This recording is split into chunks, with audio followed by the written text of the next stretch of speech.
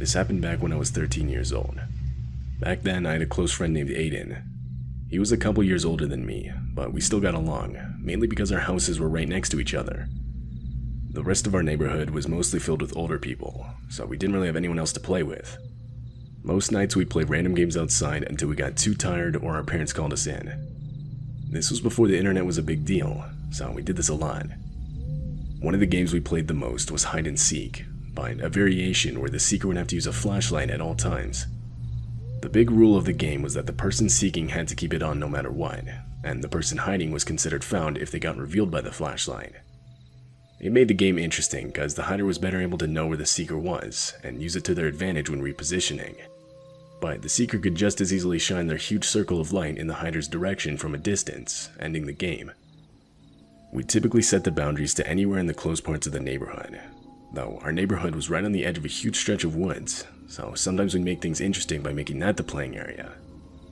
We never set a limit as to how far the hider could go, because typically we just genuinely didn't want to go that far, considering we played the game at night, which admittedly made for a fairly creepy setting.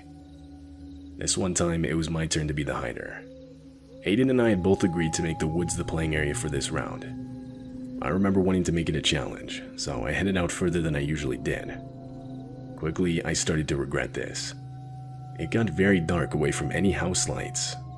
By this point, I couldn't see any lights whatsoever. Considering Aiden had the only flashlight, this made traversing the woods especially difficult. All I had for light was what little was provided by the moon. After I kept walking for a while, I eventually came across an abandoned cabin. I knew this would be the perfect spot. There was no way I was going to be found in there. I stepped inside and fumbled my way around to a set of stairs. I walked up them and came across a bedroom with a single window that somewhat pointed back to my neighborhood, which by this point was way too far away to see anymore. I sat there for a long time. Nothing happened, until out of a window I saw Aiden. Only he wasn't using the flashlight, he was cheating. Clearly, he had gotten tired of the flashlight constantly revealing his position, and therefore was either covering it with his hand or had turned it off completely. I watched as his black silhouette walked closer and closer to the cabin. I began to hear leaves crunching under his footsteps as he continued forward. Eventually, he got close enough to where I could no longer see him out of the window, though I could now hear his footsteps from downstairs. Just then, out of the window, I saw the heart-dropping sight of Aiden with the flashlight walking around way off in the distance. But I could still hear footsteps from downstairs. Slowly, it hit me. Whoever was downstairs wasn't Aiden. Instinctively, I got down and hid underneath a nearby bed. To my horror, the footsteps began slowly walking up the stairs. When they got to the top, I could hear the click of a gun. My heart was pounding out of my chest by this point. A few seconds passed when I saw large boots walk into the room that in no way could have been Aiden's. They stood still near the door for what felt like an eternity before turning around and leaving the room. I took this opportunity to get out from under the bed and jump out of the window. When I landed and got to my feet, I just started running. I could hear footsteps gaining on me from behind, but I didn't look back.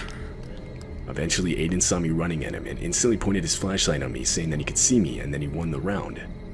But when I didn't stop running, his eyes moved to behind me and the expression on his face instantly faded. He turned and began running with me towards my house. Not long after, we would reach it. We went inside and locked the door behind us. Aiden, now just as shaken up as I was, began questioning what had just happened. Disturbingly, he then asked me who the man was that was running behind me. I still remember getting goosebumps hearing him say this. I proceeded to tell him the whole story from start to finish, and he didn't question a single bit of it. We then told my parents, but did our best to downplay the situation as much as possible, making it seem like it wasn't a big deal so that they wouldn't completely freak out. They ended up calling the cops, who came out to search the cabin and the surrounding area. They searched for multiple hours, but no one was found. From then on, both of our parents didn't allow either of us to go into those woods, and I can't say this was at all disappointing. You couldn't have paid me to go back into those woods. This whole experience was extremely traumatizing, much more for me than Aiden, at least I assume. We've never been back to that cabin, and we both still can't explain who we had seen that night.